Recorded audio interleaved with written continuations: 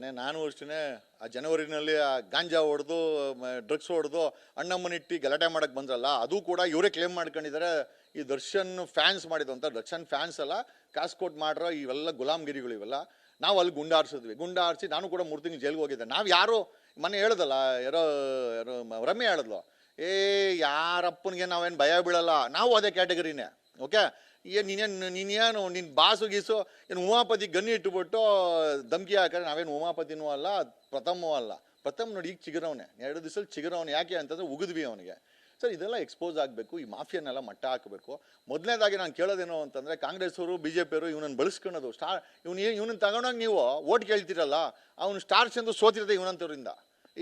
ಇಂಥ ರೌಡಿಗಳು ಕರ್ಕೊಂಬಂದು ಕಾಂಗ್ರೆಸ್ ಅವರು ಕ್ಯಾನ್ವಾಸ್ ಮಾಡ್ತಾರಂತಲೇ ಅವ್ನು ಸ್ಟಾರ್ಸ್ ಎಂದು ಸೋಲ್ಸಿರೋದು. ಸರ್ ಒಂದು ಮಾತು ಪ್ರಸ್ತಾಪ ಮಾಡಿದ್ರೆ, ಅಂದ್ರೆ ಉಮಾಪತಿ ಅವರು ರಾಬರ್ಟ್ ಸಿನಿಮಾದ ನಿರ್ಮಾಪಕರು. ಉಮಾಪತಿ ಅವರಿಗೆ ಗನ್ನಿಟ್ಟು ಹೆದರಿಸುವಂತ ಕೆಲಸ ಆಗಿತ್ತು ಅಂತ ಹೇಳ್ತಾ ಇದ್ರಿ. ಸೊ ಅದು ಯಾವ ಅಂದ್ರೆ ನಿಮಗಿರೋಂಥ ಸಂದರ್ಭ?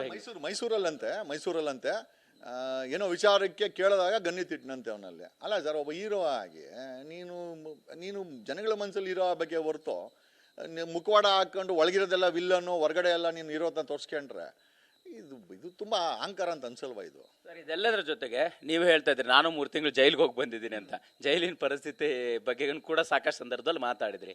ಈಗ ದರ್ಶನ್ ಅವ್ರ ಜೊತೆ ಬ್ಯಾರಕ್ ಅಲ್ಲಿದ್ದಂತಹ ರಘುನೇ, ಅಲ್ಲಿ ಬೇಕ್ರಿ ರಘು ಅನ್ನೋಂಥವ್ರು ಈ ಪ್ರಥಮ್ ಅವ್ರಿಗೆ ಇದನ್ನ ಅಂದ್ರೆ ಡ್ರ್ಯಾಗರ್ ತೋರಿಸಿರುವಂತದ್ದು ಅಂತದ್ದು. ಸೊ ಅದನ್ನ ಹೆಂಗೆ ಕನ್ಸಿಡರ್ ಇಟ್ಟಿರೋದು ಬೇರೆ ಇಲ್ಲ. ಐ ಥಿಂಕ್ ಸರ್ ಅವರೆಲ್ಲ ಏನು ಅಂತಂದ್ರೆ ಏನೋ ಒಂದಷ್ಟು ಕಾಸು ಕೊಟ್ರೆ ಅವೆಲ್ಲ ಮಾಡ್ಬೋದು, ಅಥವಾ ಗೊತ್ತಿಲ್ಲ ಏನು ಇವ್ರದ್ದು ನೆಟ್ವರ್ಕ್ಗಳು ಅಂತ.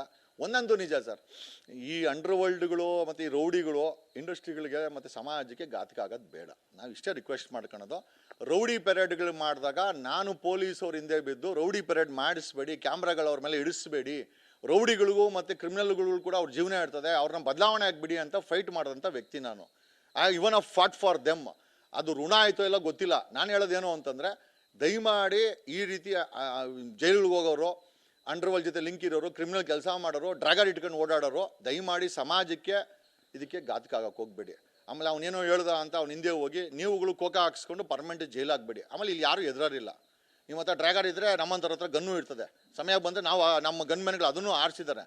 ಸೊ ನೋ ಬಡಿ ಈಸ್ ಏನೋ ಇನ್ನೋಸೆಂಟ್ ಇಯರು. ನಮ್ಮ ರಕ್ಷಣೆ ಅಂತ ಬಂದಾಗ ಅದ್ರ ಪಾಡಿಗೆ ಅದು ಆಗ್ತದೆ.